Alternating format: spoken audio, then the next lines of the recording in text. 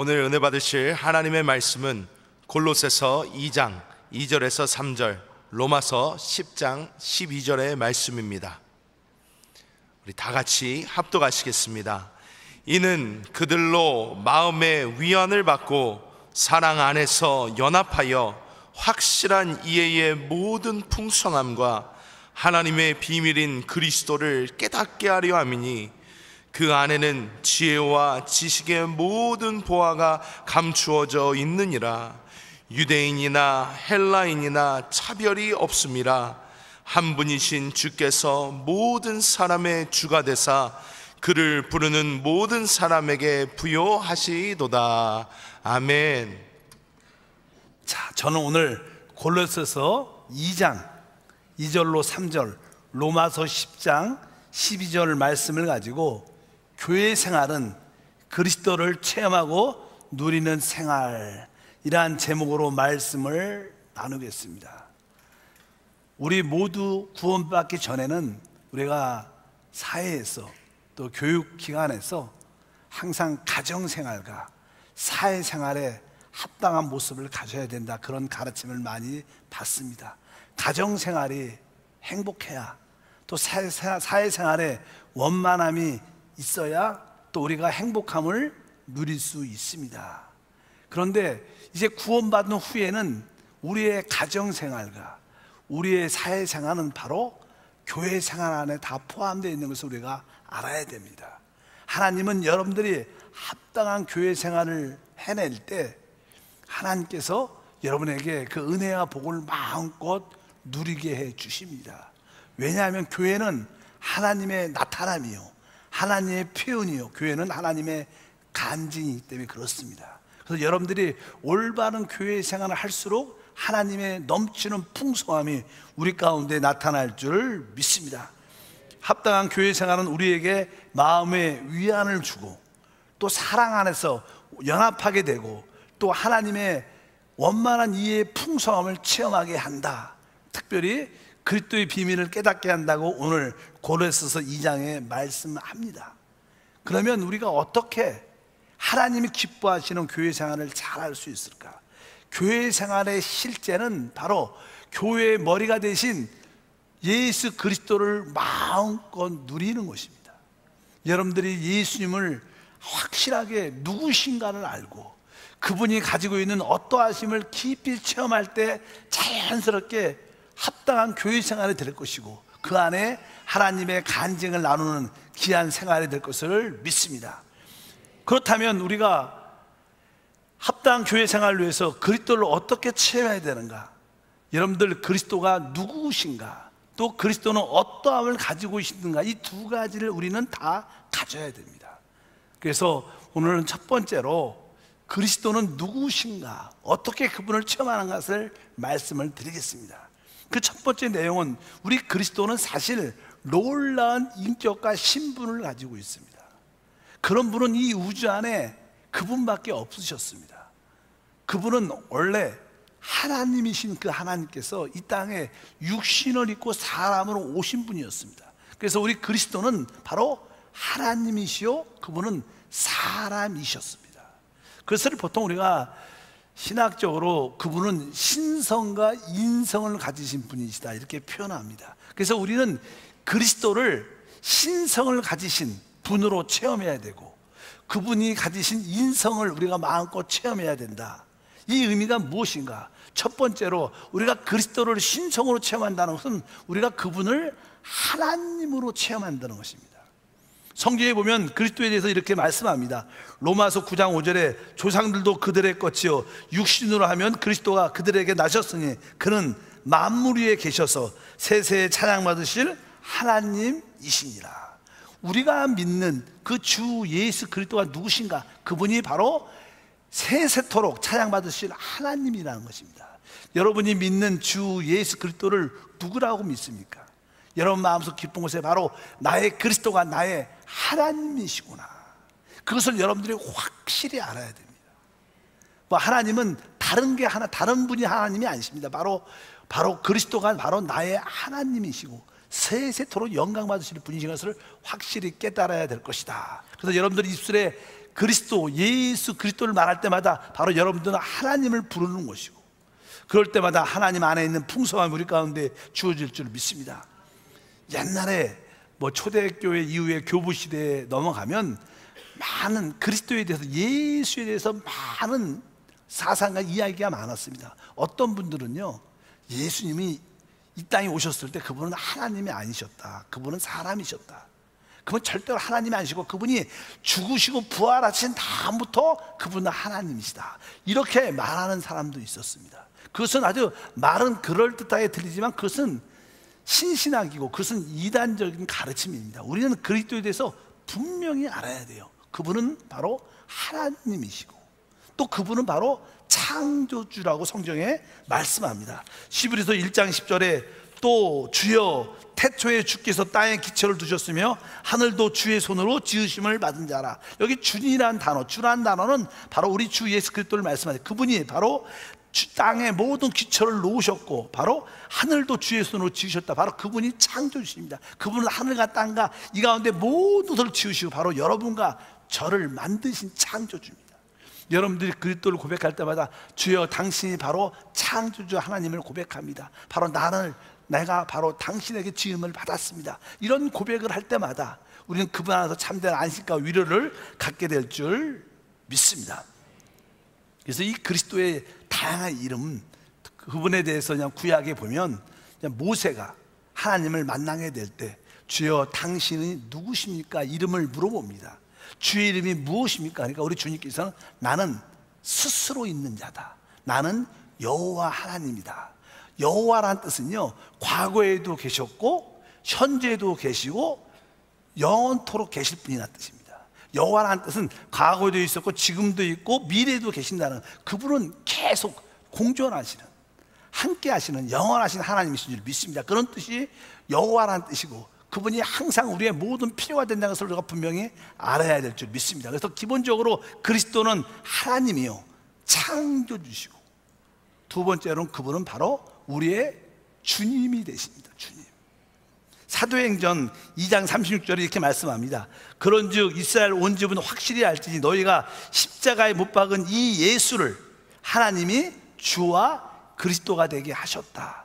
바로 여기 보면 바로 주 이 예수를 주와 그리스도가 되게 하셨다. 여기서 주라는 것은 만물의 주인이란 그런 뜻입니다. 여러분, 이 모든 만물, 이 땅의 모든 것들은 다 주인이 있죠. 이런 작은 물건들, 여기 있는 물건들도 이것은 한세대학교 거다, 한세교육 거다, 이게 도장도 표도 이렇게 찍혀져 있습니다. 이 땅에 있는 많은 모든 물건들은 다 주인이 있습니다. 마찬가지로 이 만물의 주인이 있는데 그분이 바로 그리스도라는 거예요. 특별히 여기서 말씀하는 주라는 것은 바로 그분이 우리의 주인이라는 거예요.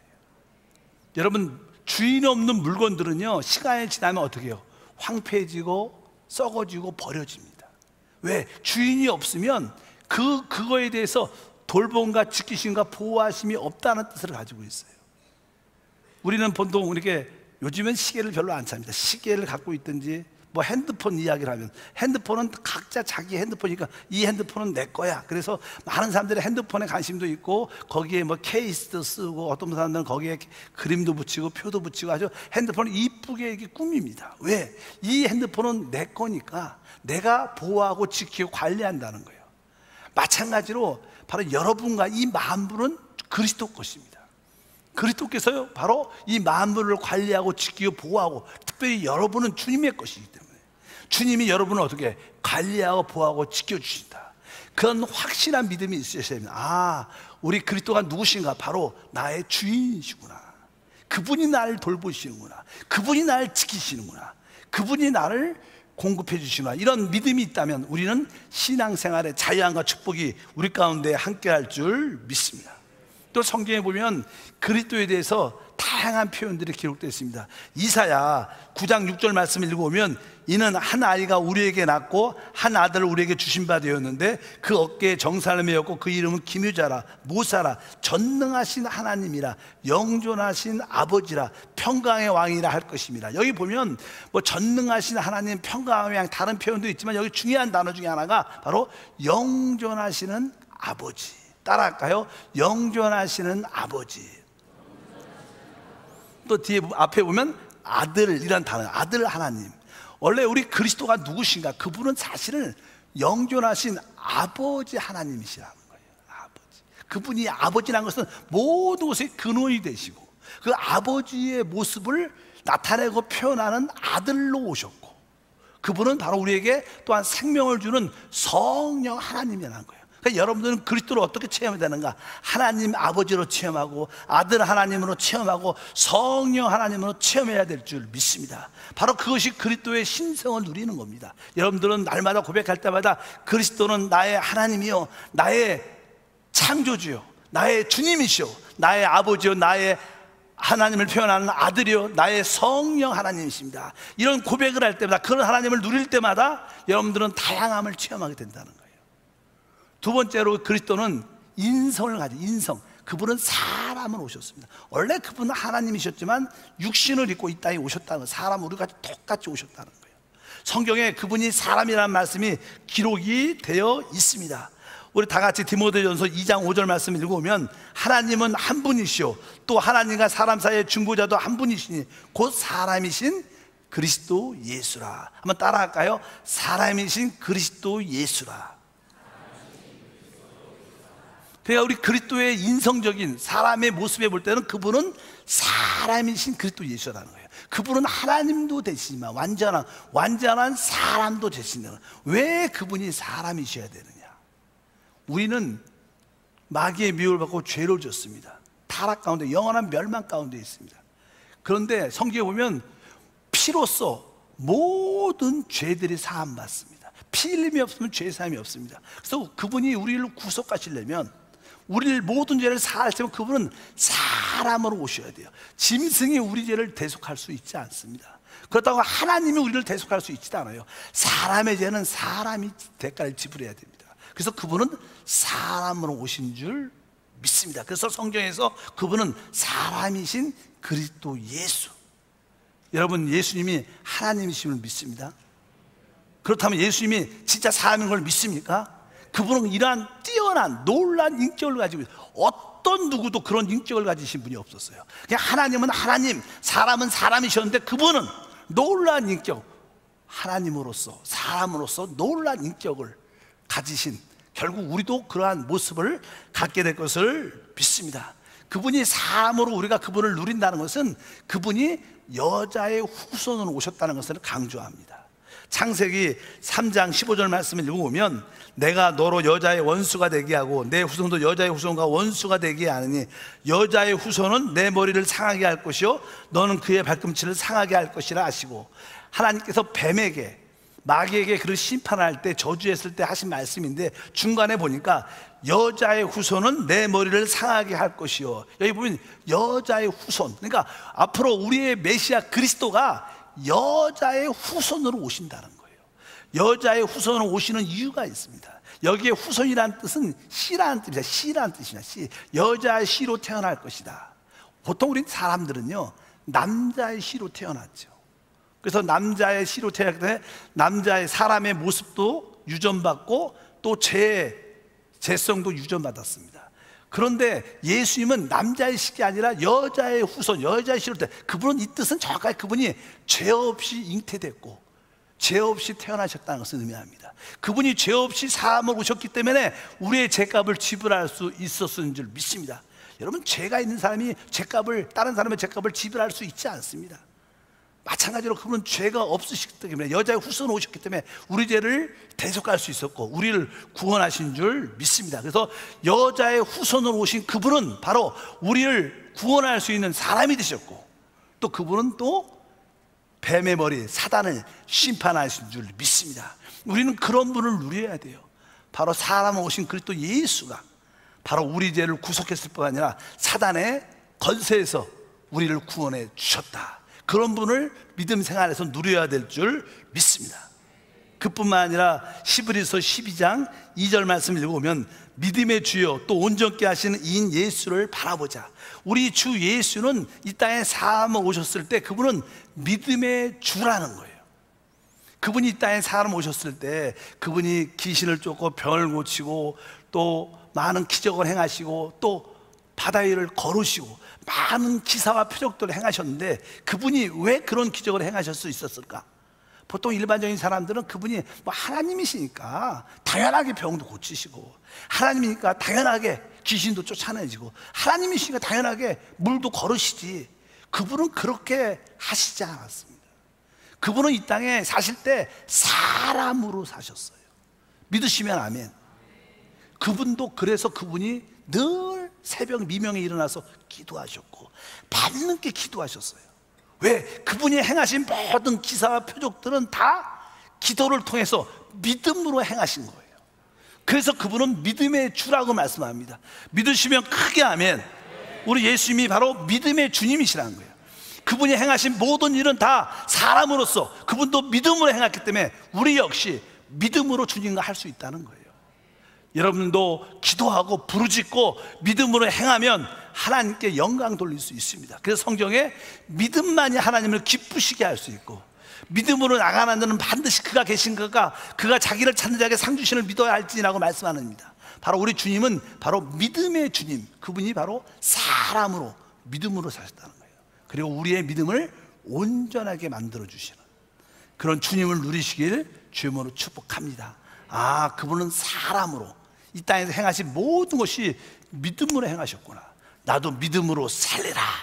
그럴 때마다 여러분 삶 속에 많은 간증과 축복이 함께 할 것입니다. 그리고 나서 세 번째로 보면 우리 사람이신 그분은 바로 우리의 목자여 우리의 신랑이라고 말씀합니다. 그래서 시편 23편에 야훼는 나의 목자시다. 우리는 그의 기르시는 양이기 때문에 목자가 양의 모든 필요를 다 공급해 준다는 거예요. 주님은 실제적으로 우리의 진짜 목자가 되셔서 우리 삶을 이끌어 주시고 푸른 초장으로 인도해 주시고 실만한 물가로 이끌어 주시는 줄 믿습니다. 바로 우리의 모든 필요를 채워주시는 나의 영적인 목자심을 깨달아야 돼요. 생활의 필요도 채워주시고 우리의 모든 풍성함을 주시는 좋으신 하나님을 믿으셔야 될 것입니다. 그리고 그분은 바로 목자를 넘어서 우리의 신랑이라고 말씀합니다. 우리 특별히 요한복음 3장 29절에 보니까 신부를 취하는 자는 신랑이니 이렇게 말씀합니다. 우리 주님은 이 땅에 신랑으로 오셨다는 거예요. 왜? 신부를 취하기 위해서. 우리 주님은 바로 그분의 짝. 성경의 구약에 보면 아담의 배필을 바로 하나님이 지워주셔서 하를 주셨습니다. 우리 그리스도도 이 땅에 지금 하나님의 그리스도의 배필을 얻고 계시는데 그것이 신부입니다. 그래서 우리는 교회라고 말하죠. 정말로 믿음 안에서 제자가 되고 말씀으로 변화되고 믿음으로 이기는 자들은 다 그리스도의 신부로 세워질 줄 믿습니다. 그래서 우리는 예수님을 우리의 신랑으로 체험해 봐야 돼요. 우리 신부는 늘 신랑을 사랑하고 신부를 늘 신랑을 기대하고 또 신랑을 통해서 모든 만족을 얻습니다. 마찬가지로 바로 우리들도 주님을 그렇게 모든 것으로 취하고 받아들이는 그러한 모습을 가져야 된다. 날마다 여러분 마음속에 나는 예수님께 사랑을 받고 있다, 나 신부로서 사랑받고 있다는 그런 감동과 은혜가 교회 생활에 넘쳐야 될 것입니다. 여러분들은 그리스도의 신부이기 때문에 하나님의 사랑과 공급함을 체험하고 있는 줄 믿습니다. 이런 다양한 것들, 우리는 그리스도를 하나님으로 누려야 돼요.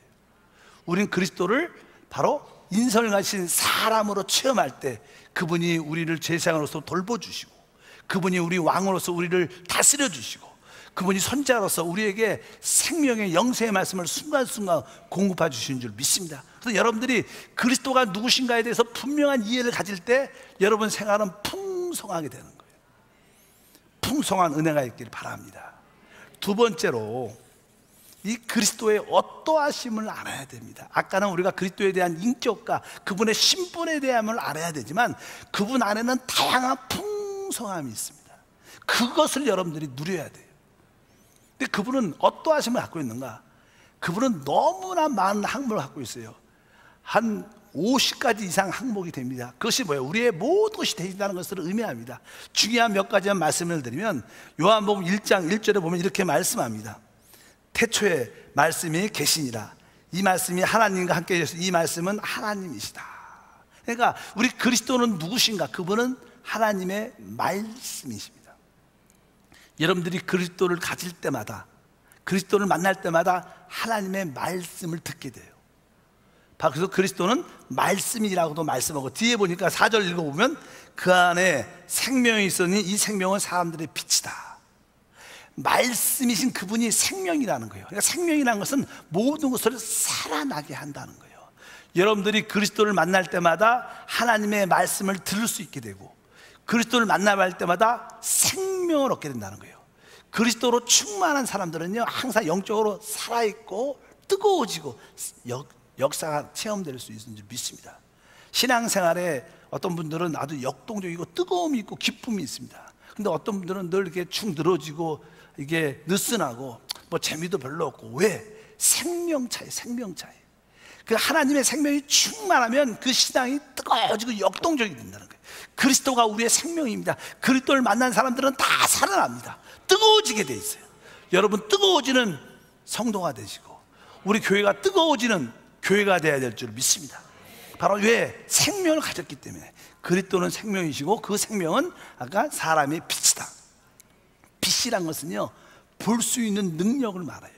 빛이 있어야 볼 수 있습니다. 많은 사람들이 참된 길을 보지 못하지요. 생명의 길을 보지 못합니다. 왜? 그들에겐 생명이 없기 때문에. 생명이 있어야지만이 빛을 얻을 수 있는데, 근데 왜 생명이 없느냐? 그들에게 말씀이 없기 때문에. 우리 한세교회 성도들은요, 하나님 말씀을 사랑해야 돼요. 진짜 말씀을 추구해야 됩니다. 말씀을 추구할 때 생명도 갖고 빛도 갖고, 그러니까 여러분들이 영혼이 잘 되는 길도 하고 범사가 잘 되는 길도 알고 건강해지는 그런 길도 다 보이게 될 줄 믿습니다. 그래서 우리 그리스도를 말씀과 생명과 빛으로 누려야 된다. 또 뒤에 보면 요한복음에 몇 가지가 더 있습니다. 요한복음 같은 경우는 한번 읽어볼까요? 요한복음 4장 14절에 보면 내가 주를 마시는 자는, 물을 마시는 자는 영원히 목마르지 아니하리니 내가 주는 물은 그 속에서 영생을 솟아나는 샘물이 될 것이다. 이 땅에 우리 마음속 깊은 곳에는 항상 갈증과 목마름이 있습니다. 어떤 누구도 그 갈증과 목마름을 채울 수 있지 않아요. 그래서 내적인 그러한 갈증과 목마름이 많기 때문에 어떤 사람들은 뭐 술을 마셔보기도 하고, 뭐 오락도에 참여하기도 하고, 도박도 해보고, 또 중독에 빠져보기도 하죠. 뭐 스포츠에 열광도 하고 취미생활에 깊이 빠져봅니다. 공부도 열심히 해요. 왜? 무엇인가 목마른가 갈증이 내 속에 계속 있는 거예요. 어떤 누구도 채워주지 않습니다. 우리 주님 말하죠. 세상 물을 먹는 자는 또 목마를 것이다. 그러나 내가 주는 물을 목마른 자는 다시는 목마르지 아니할 것이다. 왜? 그 속에서 넘쳐나는 샘물이기 때문에. 그리스도는 우리 안에 있는 샘물이세요. 여러분들이 그리스도를 안에 가지고 있으면요, 어떠한 갈증과 목마름도 이길 수 있습니다. 그러면 어떤 분들은 그러세요. 목사님, 나는요 예수를 믿어도요 여전히 갈증과 목마름이 많은데요, 아직 여러분들이 내 안에 계신 그분을 나의 샘물로 꽉 받아들이지 않아서요.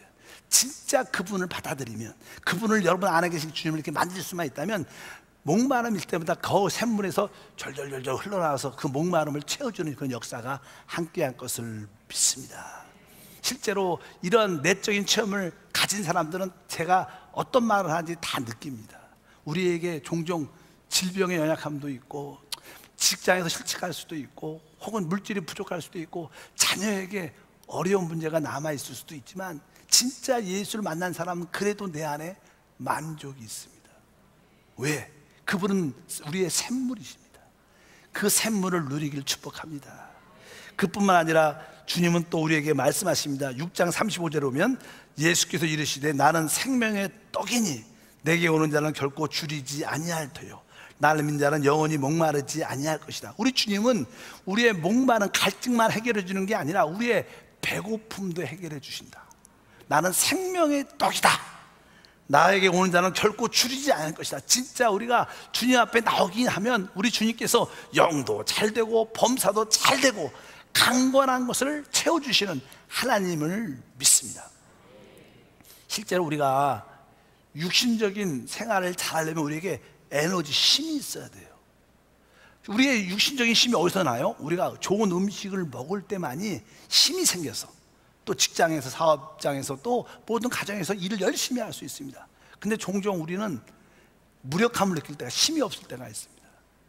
저도 종종 이렇게 일을 하다 보면 어느 날 집에서 일어나면 그렇게 몸이 무겁고 몸에 힘이 하나도 없고 일어나기도 싫고 또 일어나도 걸을 힘도 없는 그러한 상태가 있을 때가 저도 그럴 때가 있어요. 여러분도 아마 그럴 때 있을 거예요. 진짜 힘이 쫙 빠져갖고 기진맥진하고 힘이 왜 이렇게 없지? 말할 힘도 없고 물 먹을 힘도 없을 정도로 힘이 없습니다. 근데 이 힘이 나에게 힘이 있어야 되는데 이런 생각이 들 때가 많습니다. 근데 진정한 우리의 힘이 어디서 나느냐? 성경은 느헤미야가 이렇게 고백을 했어요. 한번 느헤미야 8장 10절을 보니까 이날은 주의 성일이니 근심하지 말라. 야외로 인하여 기뻐하는 것이 너희의 힘이니라. 우리의 참된 힘이 어디서 나오냐? 우리 주님을 기뻐하는 데서 나오는 거예요. 그래서 저는 내가 이렇게 무력함을 느낄 때마다 마음속 기쁨에서 기도하죠. 하나님, 난 주님을 기뻐합니다. 내가 주님을 기뻐하는 게 나의 힘입니다. 주님을 기뻐하는 게 나의 힘입니다. 주님이 나의 힘입니다. 자꾸만 이런 기도를 소리를 내서 또 고백하고 이렇게 2, 3분, 5분 정도 기도하면 어느새 힘이 쫙 올라와요. 그 에너지가 어디서 나오는지 모르겠어요. 성령이 주시는 것이겠죠. 일단은 바로 야훼를 기뻐하는 게 나의 힘이다. 여러분들이 무기력하고 좌절 가운데 있을 때 여러분들은 고백해야 돼요. 환경이나 어떤 일 때문에 새 힘을 얻는 것이 아니라 내가 주님을 기뻐할 때 나에게 새 힘이 생긴다. 그럴 때 모든 환경을 이기는 그런 힘과 능력도 우리 가운데 함께 할 줄 믿습니다. 한편적으로 그분은 우리의 능력과 지혜가 되신다고 말씀입니다. 우리가 어떤 일을 하려면 능력이 필요한데 이 일을 잘 처리하면 지혜가 필요한데 바로 우리 안에 계신 그리스도가 우리의 능력이 되고 우리의 지혜가 된다. 그런 말씀들이 너무나 많은 거예요. 고린도전서 1장 24절에 말씀하죠. 오직 부르심을 받은 자들에게는 유대인이나 헬라인이나 그리스도는 하나님의 능력이요 하나님의 지혜다. 이런 항목들이 너무나 많습니다. 그래서 제가 시간상 마지막 거 계시록 걸 가지고 와서 계시록을 한번 읽어보면 22장 13절 다 같이 읽어보니까 나는 알파 오메가요 처음과 마지막이요 시작과 마침이라. 이걸로 모든 것을 우리 주님이 끝내십니다. 여기서 나는 누구합니까? 우리 그리스도죠. 우리 주님께서 말씀하죠. 나는 알파와 오메가다. 헬라어 시작이 알파고 마지막이 알파벳 끝이 오메가인데 우리나라도 뭐냐 기억, 가나다라부터 쭉 나가지 않습니까? 우리 주님은 이 모든 영적인 자판기시요. 자판기. 이렇게 타자치는 자판기. 그러니까 여러분들이 만약에 나에게 진짜 사랑이 필요한데 그러면 어떻게 해요? 자판기에다 사랑 치면 나와요. 왜? 우리 주님은 영적인 자판기라는 뜻. 이게 나는 알파 오메가다. 그러니까 알파 오메가는 그 알파부터 오메가까지 있는 모든 알파벳의 모든 숫자 단어가 된다는 거예요. 여러분들이 주님을 바라볼 때 여러분의 필요한 것이 있으면 어떻게 해요? 영적인 타자기 예수님을 치면 되는 거예요. 주 예수하고 사랑, 건강, 축복, 능력, 지혜 이렇게 치면 어떻게 해요? 그것이 생긴다는 거예요. 이 뜻이 알파 오메가 그런 뜻입니다. 여러분 그것을 누리기를 축복합니다. 한번 영적인 타자기를 잘 쳐보세요. 기도하면서 주여 이렇게 타자기를 치면서 저는 이 손가락을 이 타자를 어떤 분들은 다 이렇게 손가락으로 치잖아요. 저는 이렇게 두 손가락에 독수리 타법을 치는데 그래도 속도는 빠릅니다. 근데 잘 치는 분은 너무나 빨라져. 여러분도 그리스도를 깊이 알면요, 그 자연스럽게 저는 그래서 이렇게 종종 이렇게 글자를 보고 이렇게 칩니다. 이렇게 잘. 근데 잘 치는 분들은요, 소리만 들어도 그냥 성원님 착착착착 치는 걸 많이 봤어요. 여러분들이 그런 사람이 돼야 돼요. 예수에 대해서 마음껏 글씨를 칠 수 있는 그러한 알파 오메가 되신 하나님을 누리기를 축복합니다. 여기 보니까 처음과 마지막이다. 예수님 없이는 시작도 없는 거예요. 예수님은 끝에도 더 이상 없는 거예요. 그분만이 시작이고 마지막이십니다. 오늘 뒤에 보니까 처음과 마지막이요 시작과 마침이다. 따라합시다. 시작과 마침이라. 그분이 시작하시고 그분이 끝을 내세요. 우리 인생 우리가 시작한 게 아니에요. 그분이 시작하셨어요. 여러분의 가정 누가 시작했어요? 그분이 시작하셨어요. 끝을 그분이 낼 거예요. 두려워하지 말라는 거예요. 그분이 시작이고 그분이 마지막 끝이십니다. 여러분들이 그런 하나님을 누려야 된다는 거예요. 이렇게 그분은 다양하신 분이라는 거예요. 그분은 모든 것이 되신다 말씀합니다. 믿으시면 아멘. 이렇게 우리가 그분을 알아야 된다는 거예요. 그런데 우리가 아는 것과 누리는 것은 다른 겁니다. 여러분들이 신용품 마켓에 가서 오늘 저녁을 위해서 많은 뭐 채소, 소고기, 뭐 생선, 뭐 반찬을 많이 자재를 사갖고 집에 갖고 왔어요. 집에 아주 뭐 식단 재료가 가득 차 있어요. 여러분, 많은 재료가 가득히 있을지라도 그것만 본다고 해서 배가 안 불러요. 그래서 어떻게 해야 돼? 그것을 다듬고 음식을 만들어서 요리를 해서 먹어야 되는 거예요. 여러분들이 주님에 대해서 이렇게 많이 지식적으로 안다고 축복을 누리는 게 아닙니다. 그분을 어떻게 영적으로 먹고 누릴 수 있어야 돼요. 당연하게 기본적으로 기본 어떤 재료를 가지고 있어야죠. 그러나 그것을 요리하고 그것을 요리로 음식을 만들어서 먹을 수 있는 성도가 되기를 축복합니다. 그럼 어떻게 우리가 요리하고 먹을 수 있는가? 그것은 아주 간단합니다.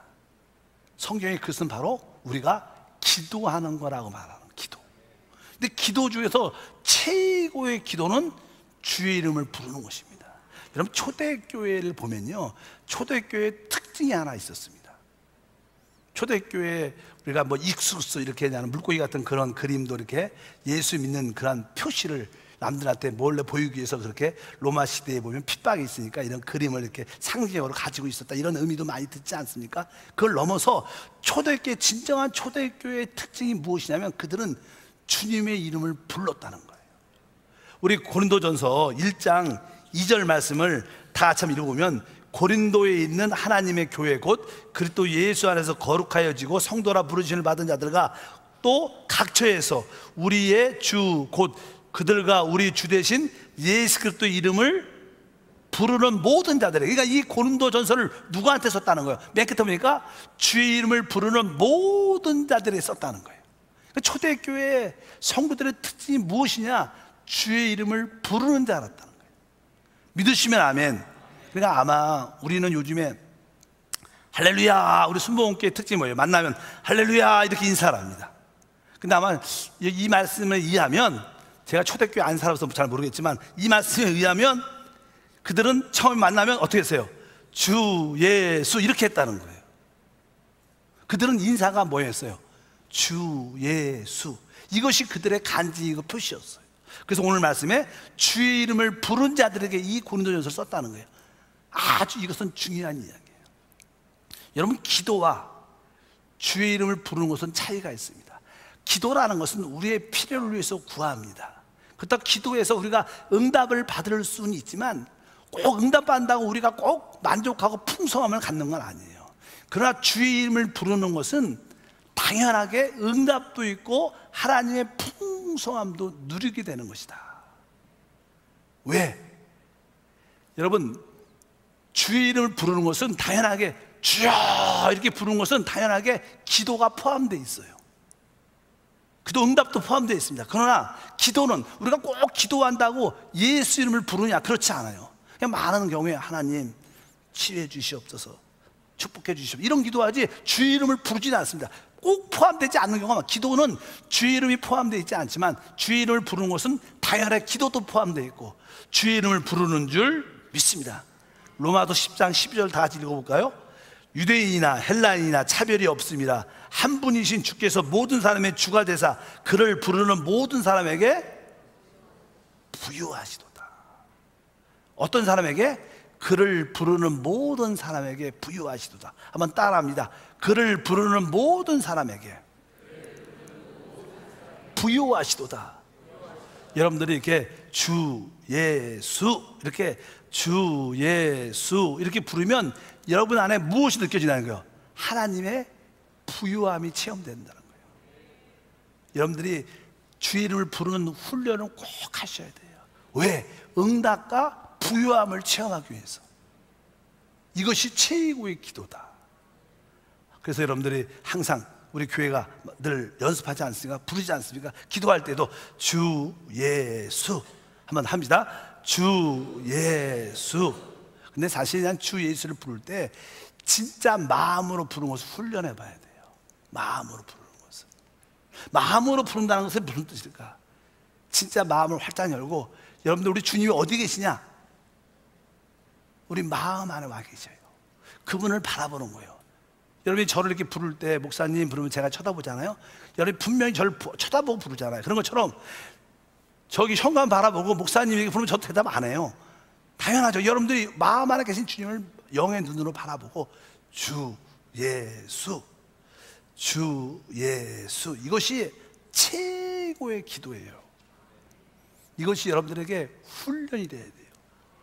한번 불러보면 시작. 주 예수, 주 예수, 주 예수, 주 예수, 주 예수, 주 예수. 근데 사실 이 주 예수를 부르는 것은요, 혼적인 사람 잘 못 불러요. 왜? 부끄럽거든. 창피하다고 느끼거든. 왜? 생각 안에 있기 때문에 그렇죠. 가정에서 가장 엄마 이름을 많이 부르는 애들은 애들이죠. 애들은 엄마 이름을 부르면 뭐가 나온다는 걸 알아. 그래서 혹시 물이 먹고 싶다 그러면 엄마 딱 부르요. 집에서 막 오면 뭐예요? 학교에서 오면 집에 오면 뭐라 그래요? 엄마 그래. 엄마를 부르는데 대가들이 누구야? 아이들이야. 왜? 엄마를 부르면 뭐가 나오거든. 그리고 엄마를 부르면 마음이 편해지거든.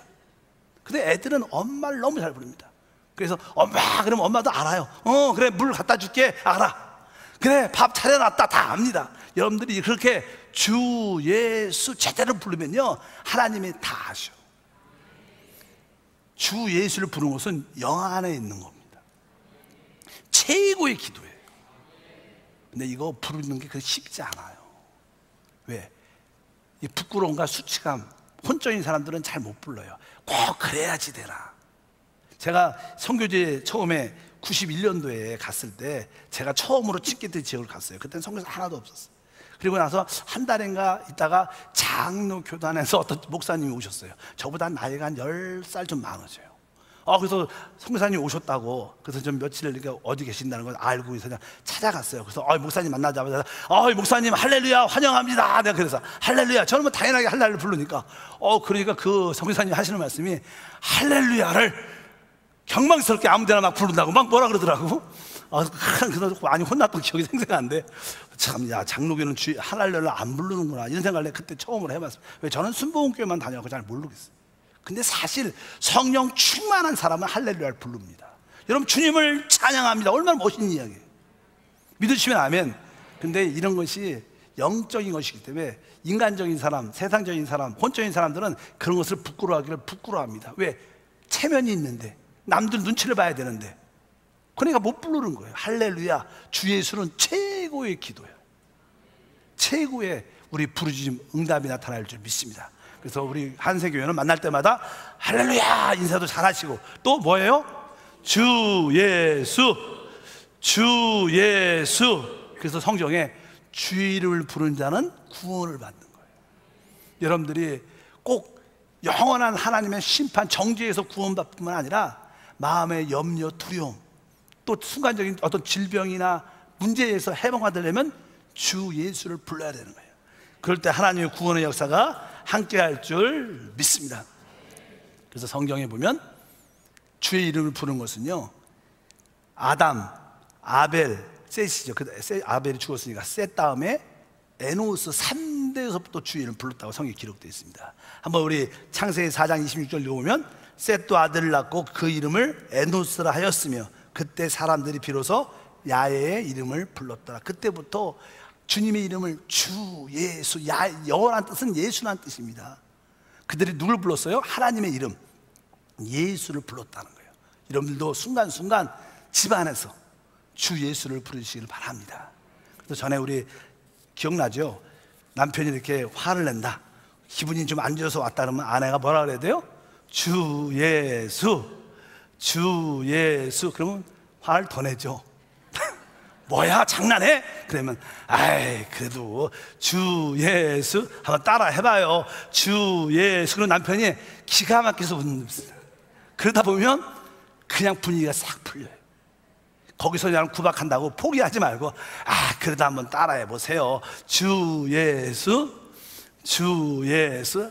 애가 학교에서 왔는데 짜증을 내. 공부하고 피곤하고. 그럴 때 엄마 뭐라 그래서 못 풀어줍니다. 금방 그거 풀어주기 어려워. 근데 야 아들아, 주 예수, 주 예수 그러면 더 승질냅니다. 왜 그래 엄마? 미쳤어? 막 이상한 소리 막. 그래도 아들아 그래도 따라 해봐. 그리고 주 예수 몇 번 더 하면 애들이 그냥 웃어요. 웃다가 그냥 마음이 탁 풀리면서 그래 주 예수 따라하면서 분위기가 싹 바뀌고 회복과 축복이 함께 할 줄 믿습니다. 그것이 뭐예요? 그것이 구원입니다. 구원은 다른 게 아닙니다. 주의 이름을 부르면 받습니다. 그러니까 여러분들이 그리스도가 누구신가, 그리스도 안은 어떠한 것을 가지고 있는가, 그러한 재료도 많이 알아야 되지만 음식을 요리를 잘해서 먹어야 돼요. 먹는 길이 주 예수. 기도하겠습니다. 하나님 아버지 감사합니다. 우리 모든 성도들이 올바른 풍성한 교회 생활 하도록 주 예수가 누구신가를 마음껏 알게 하시고 그분의 어떠하심을 풍성하게 깨닫게 하시고 그것을 누릴 수 있도록 순간순간 주 예수 이름을 부르는 믿음의 사람이 되게 도와 주옵소서. 예수 이름으로 기도함나이다. 아멘.